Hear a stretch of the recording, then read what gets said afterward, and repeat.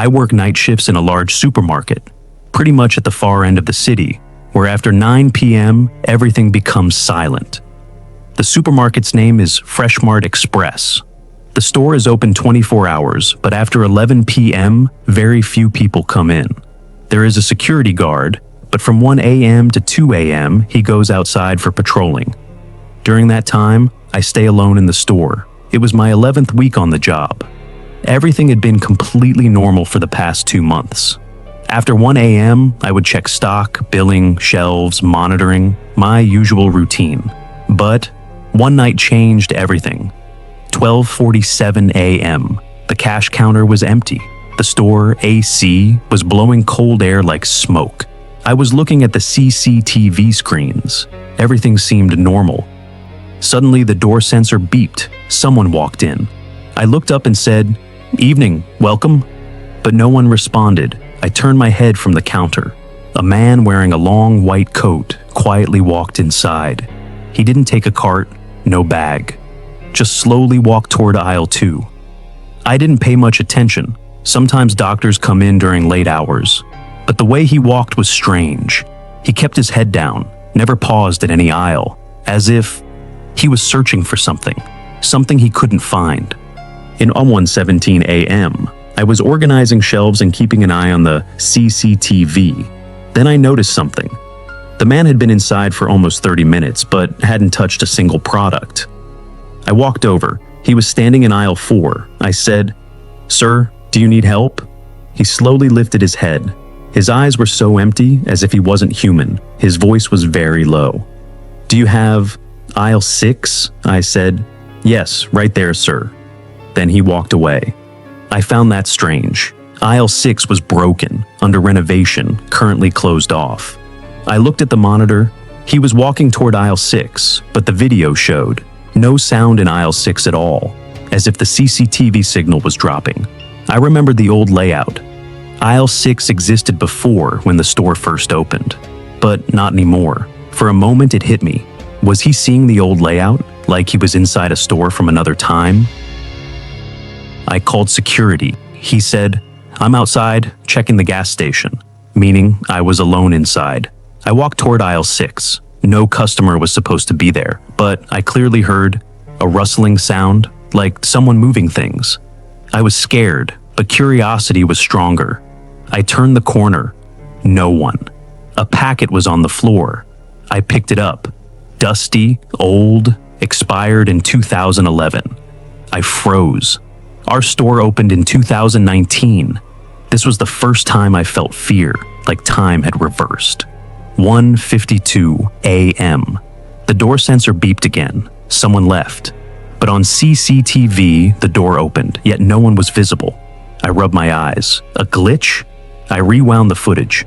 The door opened, slowly closed. But no person. I stared at the screen. Suddenly I wondered, when did the man leave the store?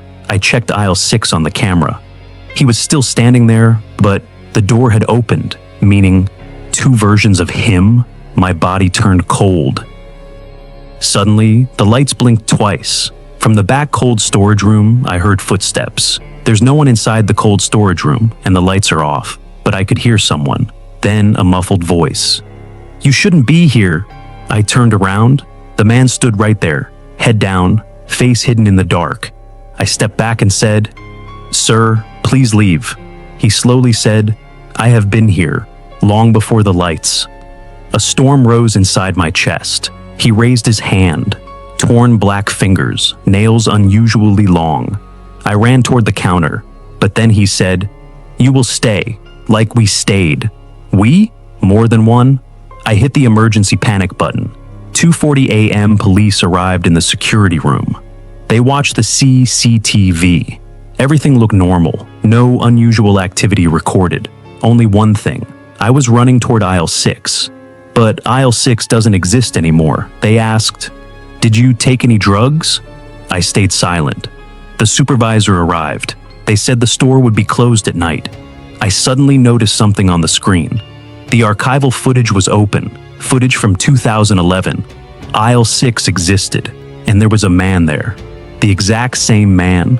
3 days later, I didn't return to work. They said, "There's nothing in the footage, maybe stress." But I saw everything with my own eyes. His stare, his voice, his fingers. I decided I would never return there. But the truth, ever since that night, I can't sleep peacefully. Fourth night, I got a call from my supervisor. "Listen, you're coming, right? Security is back, don't worry." I said, "I'm not doing the night shift anymore." He said, "There's a new issue at the store, come. We need to talk about the CCTV." I couldn't refuse. I returned to the supermarket. The moment I walked inside, that same cold feeling hit me. The lights were dimmer than before, felt like there were more shadows. I went to the counter. The supervisor said, "The person you said you saw?" I said, "Yes?" We zoomed into the footage. I said, "What did you see?" He showed me the screen. I looked at it, at the place where aisle 6 used to be, where there's no shelf anymore. A blurry shadow was visible, exactly where I had seen that man. I asked, "This is real?" He said, "We couldn't track any heat signature, meaning it wasn't human." My chest tightened. The supervisor said, "Do you know this place used to be a store before?" I said, "I didn't know." He showed old records. In 2011, there was a store called Quick Mart Foods here. Around 3 a.m., a fire broke out in the storeroom. 5 people died. Their bodies were never recovered. I asked, "Where was the storeroom?" He said, "Exactly where aisle 6 used to be." My head started spinning. I asked security to step outside for a moment. I stayed inside with the supervisor. Suddenly, the AC shut down. The store fell dead silent. I heard a faint sound, like water falling somewhere. We walked to where aisle 6 used to be. The floor was dry, but under my shoes I heard squelch, as if I was stepping on water or blood. I said, "Can you hear that?" The supervisor said, "I don't hear anything." I lifted my foot. The sole was wet. His eyes widened. "Why is your shoe wet?" I couldn't speak. Then it happened. The store went completely dark. We turned on our phone flashlights, then we heard it. From behind the desk, footsteps. Tap, tap, tap. Soft, slow. Someone was walking inside the store. The supervisor pointed his flashlight toward aisle 3. He whispered, "Who's there?" No answer. I said, "We need to call the police." Then, a faint voice whispered beside us, "You can't leave." We both jumped. As the light hit him, the man in the white coat stood there. His eyes were missing, the inside of his mouth completely black. I froze. He said, "We never left. You never will." The supervisor screamed, "Run!" We ran toward the back door, but the door was locked. I desperately twisted the handle. He was walking behind us, slow, slow, saying, "We stayed, now you will too." I slammed the door open and ran outside. The supervisor got out too. We were gasping for air. The next day, the store was closed. The authorities said gas leak caused hallucination. But what I saw, the supervisor saw too. We were both terrified in the same way. A month later, the store was demolished. I got the news. The 5 people who died in 2011 were looting the store. After the fire, their bodies got trapped inside. They screamed for hours. No one came to save them. Their trauma got sealed under the concrete. Their bodies rotted and melted into the sewer pipes. That's why there was dripping underneath. Their spirits remained fixed, right where aisle 6 used to be. Now, I live in a bigger city. I never enter stores at night. My body shivers near CCTV monitors. The last time I passed by the old store location, I saw my reflection in a glass window. But there was another reflection beside me. A black face, white coat, no eyes, whispering, "We stayed." 3 years have passed since that night, but even today, I remember every second of that horrifying night. And sometimes, I still feel like he's standing right behind me. I was 26 back then. I had been working the night shift at Silver Creek Inn for 5 straight years, 11 p.m. to 7 a.m. But after that night, I realized there are things in this hotel I was never supposed to know. The night was strangely quiet. This hotel, located just outside the city near the highway, never gets crowded at night. No matter how many guests come, once the night gets deep, all footsteps go silent. I was watching the CCTV footage on the monitors. The lobby, West Wing corridor, elevator, and 2 side exits. Everything looked normal, but the 4th floor of the hotel always felt strange to me. It was always dark, unfamiliar, motionless. 12:22 AMA car pulled up. An old silver sedan. A man stepped out. Around 40 to 45 years old, long coat, old suitcase in hand. His face was unusually serious, but his eyes, empty, blank, expressionless. He came to the reception desk. I said, "Welcome to Silver Creek Inn, sir." He didn't respond to the greeting. He just said, "Room, one night?" His voice was low and cold. I checked the system and said, "We have room 408 available." He nodded, but the problem was, 408 shouldn't have been rented out. It was on the maintenance list, but the way he stared at me, I created the key card without thinking twice. Even while signing, there was no light in his eyes. When he took the card, his fingers brushed mine. They were ice cold. He walked toward the elevator, slow, heavy steps, but no sound. I kept watching him on the left CCTV screen. His silhouette melted into the darkness of the 4th floor corridor. 1:50 a.m. I was sitting at the desk. My coffee cup had gone cold. Alone. Completely alone. Suddenly the phone rang. Room 408. I picked up. Someone was breathing, not talking, just breathing. I said, "Hello, sir. Do you need anything?" No sound. I asked again, "Is everything okay in room 408? Then, very slowly, in a whisper, "Don't come here." So soft it felt like someone breathing directly into my ear. Before I could fully understand it, the call disconnected. The reception phone rang again, this time from the manager's line. It was our operations supervisor. "Raihan, we checked the log." I frowned. "Which log?" "Room 408. My heart was pounding. "What about it?" he said. "No one is booked in that room tonight." I froze. "But I checked someone in myself." He interrupted me. "The room has been closed since evening. We even inspected it. It's empty." My voice dried up. "Sir, I gave the key card to..." "There is no key card issued for 408. The line went completely silent, a sheet of cold ice pressed against my chest. If no one was in 408, then the man I saw, spoke to, and who called me, who was he? 2:23 a.m. I put the phone down and just stood there. Maybe I heard wrong. Maybe it was a technical glitch. But the supervisor's words kept burning in my head. Room 408 is closed. No booking, no card issued. Then where did that man come from? I went to the security room and rewound the CCTV footage. The car arrived. The man stepped out. Reception, elevator, everything was normal. But then, when the elevator door opened, the camera glitched. In the very next frame, the man was already in the corridor. A missing frame, as if that elevator moment was never recorded. A cold wave crawled down my spine. I grabbed my walkie-talkie. A security guard named Samuel was on duty. "Samuel, go check the 4th floor," he said. "Finishing basement check, I'll go in 2 minutes."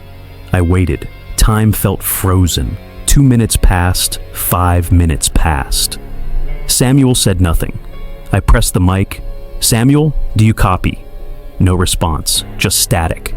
Then, in a very faint voice, "4th corridor.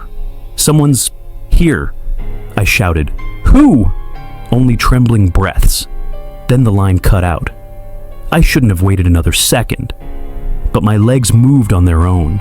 I grabbed the master key and flashlight and climbed the stairs to the 4th floor. 4th floor. As I neared the corridor, a cold wind stabbed through my body. This floor always had the same feeling: silence, emptiness, and an unsettling presence. The dark corridor felt like a hollow void. I turned on my flashlight. As the light touched the floor, my chest tightened. Samuel's walkie-talkie was lying on the ground, right in front of room 408. He was nowhere. I knelt and picked it up, pressed the mic. "Samuel, are you here? Reply." A thick whispering sound, but not human. It sounded like many voices whispering at once. "Don't open! Don't open!" My hand shook around the flashlight. I approached room 408. The door was slightly open, deliberately. I gently pushed it and walked in. The room was dark, curtains open, air frozen. The bed was a mess. Mattress flipped over. There was a strange smell, like something old, rotting. I pointed the flashlight to a corner. A suitcase, old, brown, the same man's suitcase. Its zipper was open, clothes scattered, but beneath them, some strange photographs. People in hotel hallways, staircases, the reception. Very old pictures, some black and white, and one picture of me, sitting at the reception. 3 months ago, my throat went dry. Then I heard something at the door, a dragging sound across the floor. Shrrrr. I turned my flashlight. No one, but the door was now shut. I ran and pulled it. Locked from the inside. My head spun. I yelled, "Who's there?" Then, a silent voice, like someone trapped for years. "Leave, before it takes you too." Someone was in the room. I wasn't alone. I backed away, flashlight shaking. And then, the shadow on the wall moved. As I aimed the flashlight, a tall, twisted, human-sized shadow stood there. But it had no face. I screamed. I slammed the door. My hands trembled as I pulled out my phone. I dialed 911. No connection. No signal. I pounded on the door. Suddenly, the door swung open. I ran without looking back, straight down the stairs. 4:03 a.m. Lobby. I collapsed at the reception desk, sweat covering my body. I thought, it's over. It's finally over. Then the phone rang. The main reception line. I picked up. A calm voice said, "Room 408. No one checked in. The room has been sealed since last month because 3 employees disappeared from that room." My throat tightened. 3? Yes, they never found bodies. Only open doors. Their belongings left untouched, I asked, trembling. "Then tonight," he said, "you are the 4th. He hung up. Each is 6:55 a.m. Morning. The hotel team arrived. Everyone busy. I wanted to speak, but no words came out.